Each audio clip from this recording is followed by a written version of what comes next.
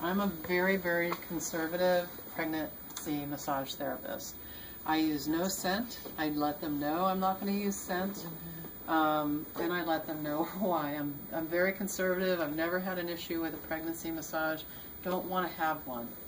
So I'm just like, later you can have all the kinds of things that you want. So, but anyway, you can research more about that. I don't use herbs. Herbs to me are medicine, and massage is medicine. So I need to use medicine with a lot of care.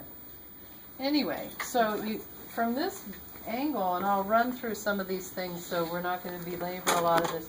You can do what I do if you want to, but I still come along the base of the occiput. And first of all, I make sure they're comfortable, there's no heat on the table.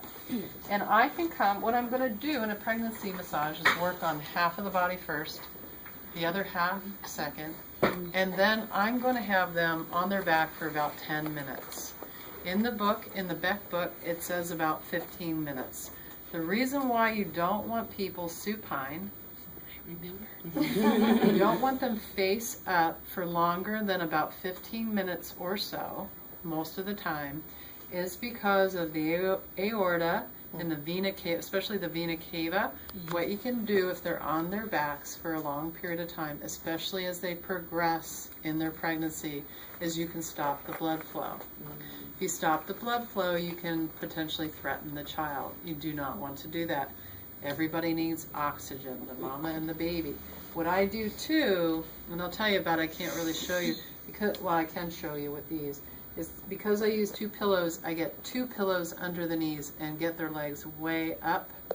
I was taught to use a wedge to create a distance between their low back and their legs to get them off that compromising position of the compression of the vein and the artery. So that's why that is. Yeah. But for most people, I'm getting ahead. So it's a half, and I'll show you the basics and what's important from it. Half, and then 10 minutes or so, depending on the needs of the person. Some ladies will say, I was told never to be on my back, ever. So they'll swing, I had a gal who was just too uncomfortable, period. So we had her on her side to do her face and petrissage to the shoulders and that sort of thing that I like to do face up. And I said, look, if you want to do the whole thing side lying, that's fine. No, we'll do this, but I'm just going to go off to the side. She had her legs a little bit to the side. No big deal. You just modify.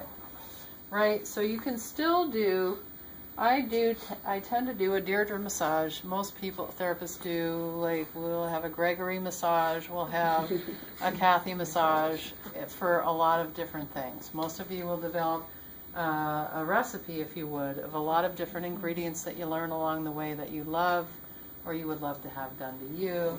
So here you can do quite a bit of the scalp massage, right? You can get under the occiput because they have all these different worries. They have tensions. They're still at computers. They're still working.